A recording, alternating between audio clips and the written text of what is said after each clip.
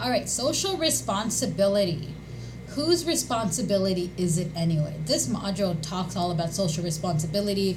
We cover privacy and ethics in the next lecture. But before we discuss what social responsibility is, we have to figure out what the definition is, right? We need to define it. So really, what is social responsibility? And what is it to you? According to Wikipedia, and I know many of you are thinking, why did you go to Wikipedia? I just thought this definition was really great. According to Wikipedia, an ethical framework which suggests an obligation to act for the benefit of the society at large. And I've got a little image here that says, internet is in safe hands. And I want you to really think about that. Is the internet in safe hands? Do you feel safe?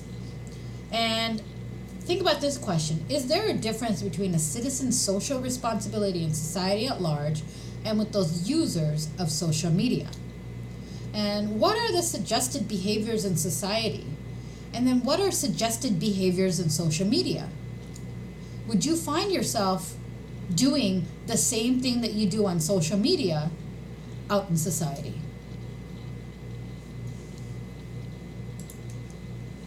So, whose job is it to make sure everyone is behaving responsibly?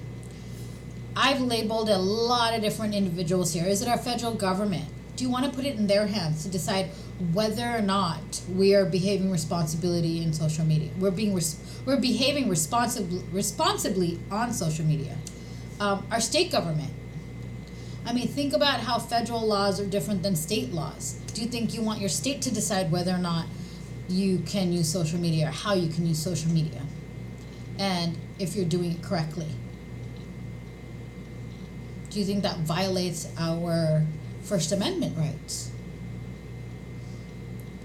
The use of the internet and social media is kind of a really different area for our government and society to be looking at, especially when you're looking at our laws and our rights as citizens.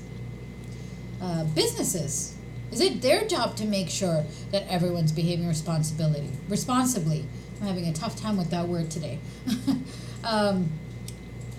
Do they need to make sure that what they're posting is not going to potentially upset a specific group of individuals, or they're not posting things that are considered wrong, immoral, unethical, rude, racist, sexist, ageist? And now if we take all of those statements and we look now back at our state government and federal government,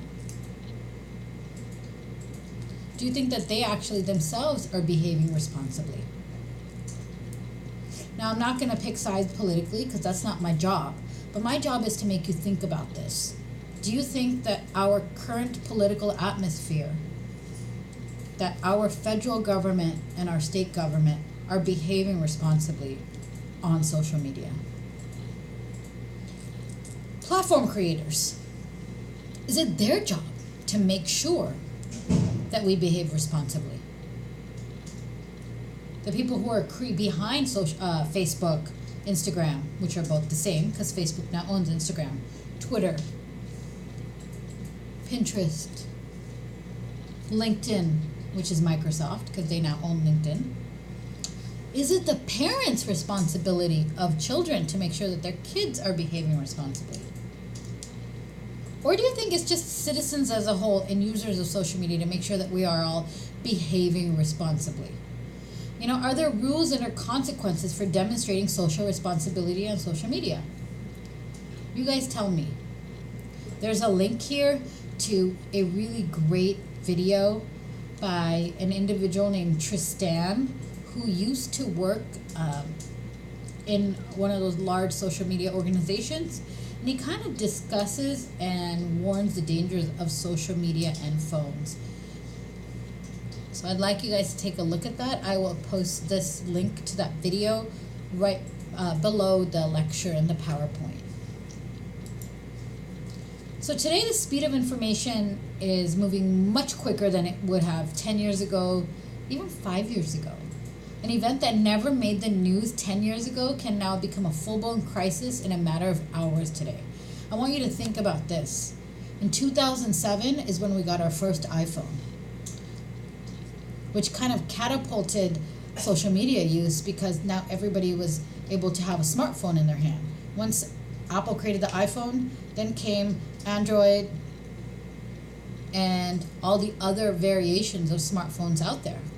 And then app use exponentially increased, which ultimately meant that social media use ultimately increased. So I might be in a plane that's having to land and do an emergency landing, and there I am tweeting about it, sending Instagram messages to my family, posting online for people to see quicker than we are able to see it on the news today. I've got another video here that talks about how the rise of social media on smartphones have changed an emergency responder's reaction, approach, and protocols to an event. We have new crises all the time. There are new ways to respond, and we've definitely got new channels to communicate through. So this is, although a little older video, it's also a really great video to kind of explain the basics of crisis management and crisis communication and how social media has completely changed that. We've got a lot of different good, bad, ugly social responsibility items out there. For good, you've got the change campaigns, feeding the hungry, Tom's 1 for 1, protecting the oceans, emergency response, fighting cyberbullying, body positivity campaigns out there right now. You've got the bad, excessive information, cyberbullying, messaging apps, child predators, dangerous challenges, which are ugly, geotagging, which we're going to talk about, company bashing. These are all bad and ugly things that are happening. So who's being responsible? Who's not? Who's being irresponsible? How do we define what it is to be responsible and irresponsible online? What is it based on? Your own morality, your own ethics, societies? Think about all that. And here we end with some of the top 10 most dangerous social media challenges ever, and this is what I call the real ugly. So this is a little older one that happened a few years ago. I just think that this kind of sums up really dangerous behaviors that people are engaging in on social media. The power of endorsement, the speed of hot topics without information or consequences. You're going to see there's like the cinnamon challenge in here. And who's monitoring all this behavior? You've got people dying. You've got people really getting hurt from these specific challenges that are so dangerous for them. So let's circle back to the idea of really, whose responsibility is it? Is it our government?